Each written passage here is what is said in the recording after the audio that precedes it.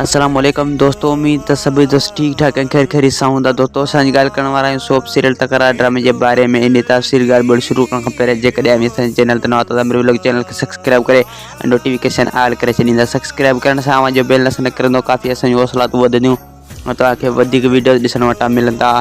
तो रसनवाब खान इहो चाहे थो त मूंसां अचे हाणे मूंसां ठाव करे, पर मूंसां हिन वटि कोन वेंदो। ऐं ॿिए पासे तिजावल खान इहो सोचींदो त मां मीर जी भेण खे कीअं आज़ादु करायां ऐं उनजे मथां थोरो कीअं कयां। ऐं ॿिए पासे शेरली राति वञी तिजावल खान जे ॻोठ मथां वञी हमिलो कंदो ऐं उनजे मथां गोलियूं हलाईंदो। ऐं ॿिए पासे मूंसां सरेआम घुमंदो, पर रसनवाब खान जा माण्हू उनखे कोन चवंदा। ऐं वक़्त बावल खान खे ॿुधाए छॾींदो मूंसां ऐं मीर हाणे रसनवाब खान सां ठाव करण पिया चाहिनि।